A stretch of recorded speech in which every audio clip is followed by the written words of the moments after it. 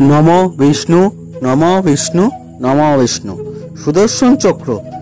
হিন্দু পৌরাণিক তথ্য অনুযায়ী সুদর্শন চক্র বিশ্ব ব্রহ্মাণ্ডের সবচেয়ে শক্তিশালী অস্ত্র ছিল, যা এখনকার রকেট ও মিসাইলের থেকে কয়েক গুণ শক্তিশালী। যাহার সাহায্যে ভগবান বিষ্ণু ও তাহার অবতার পাপীদের বিনাশ করে বিশ্ব ব্রহ্মাণ্ডের ভারসাম্য বজায় রাখতে সক্ষম ছিল। সুদর্শন চক্র লক্ষ্যভেদ সবসময় স্থির ও নির্ভুল ছিল। এই চক্র এক পলকে কয়েক যোজন পথ অতিক্রম করে শত্রুকে বিনাশ করতে সক্ষম ছিল। পৌরাণিক তথ্য অনুযায়ী এই চক্র স্বর্গ, মর্ত্য, পাতাল তিনও লোক শত্রু যেখানে লুকিয়ে থাকো না কেন তাকে বিনাশ করে পূর্বস্থানে ফিরে আসতে পারত। সুদর্শন চক্র কেবলমাত্র মনের ইচ্ছা শক্তি দিয়ে চালনা করা সম্ভব ছিল, আর অন্য কোনো ভাবে চালনা করা সম্ভব ছিল না। হিন্দু পৌরাণিক তথ্য অনুযায়ী এই অস্ত্রটি ভগবান বিষ্ণু ও তাহার অবতার দেবী রাধারানী, দেবী পার্বতী চালাতে সক্ষম ছিলেন। মহাভারতের সময়ে সময়কে স্থির রাখতে ও শিশুপালকে বধ করার জন্য ভগবান শ্রীকৃষ্ণ এই অস্ত্রটি ব্যবহার করেন। মহাভারত কালে ভগবান শ্রীকৃষ্ণ শেষবারের মতো এই অস্ত্রটি প্রয়োগ করেন।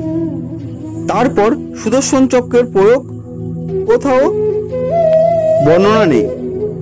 এই অস্ত্রটি কোথায় অন্তর্ধান হয়ে যায় তা নিয়ে অনেক জল্পনা আছে। তার আগে ভগবান বিষ্ণু ও এই অস্ত্রটি কোথা থেকে পেয়েছিলেন, এর আকার কেমন ছিল তা নিয়ে বিশদ জানা যাক। সুদর্শন চক্রের আকার নিয়ে বিভিন্ন পুরাণে পৃথক পৃথক বর্ণনা দেওয়া আছে। ঋগ্বেদের তথ্য অনুযায়ী এই চক্রের আকার ছিল গোলাকার। এটি 108টি ব্লেডের সমন্বয়ে তৈরি ছিল। বামন পুরাণ অনুযায়ী সুদর্শন চক্রের কেন্দ্রে বর্জ্য দিয়ে তৈরি। এর কেন্দ্রে 12টি প্রদীপের শিখার ন্যায় ও 6টি নাভি উপস্থিত ছিল, যা 12 মাসের ও 6টি ঋতুর ব্যাখ্যা দেওয়া আছে।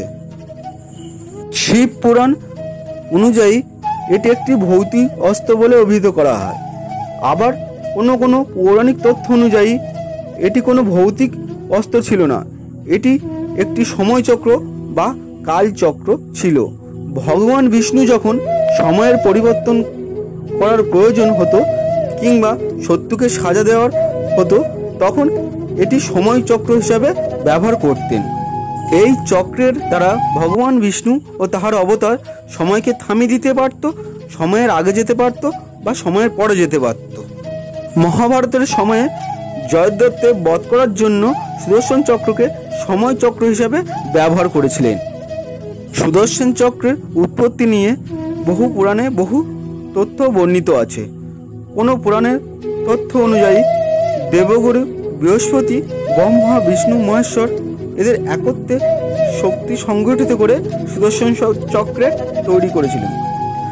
তা পরবর্তীকালে ভগবান বিষ্ণুকে দান হিসাবে দিয়েছিলেন। পুরাণের আরেক তথ্য অনুযায়ী স্থাপত্য দেবতা বিশ্বকর্মা সুদর্শন চক্রে তৈরি করেছিলেন।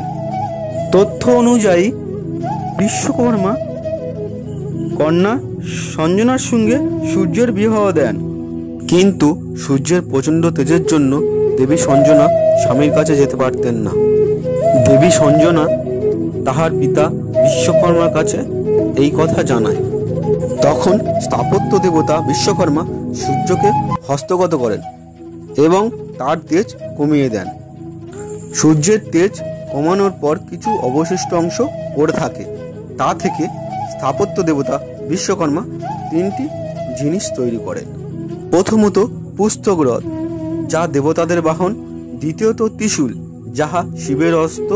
তৃতীয়ত সুদর্শন চক্র, যাহা বিষ্ণুর অস্ত্র। কেউ কেউ মনে করেন ভগবান বিষ্ণু নিজেই সুদর্শন চক্র তৈরি করেছিলেন।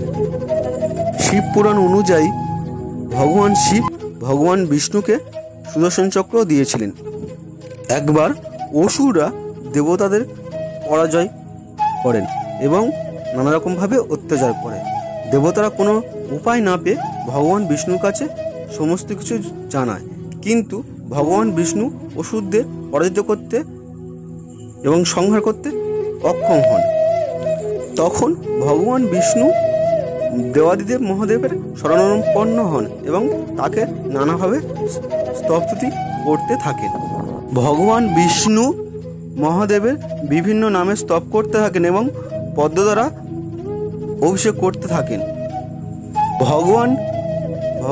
ভগবান শিব একটি পদ্ম মায়ার দ্বারা লুকিয়ে রাখেন এবং ভগবান বিষ্ণু একটি পদ্ম না পাওয়ায় তিনি তার নিজের চক্ষু ভগবানকে দান করেন। ভগবান শিব তখন সন্তুষ্ট হয়ে ভগবান বিষ্ণুকে সুদর্শন চক্র বর হিসাবে দেন।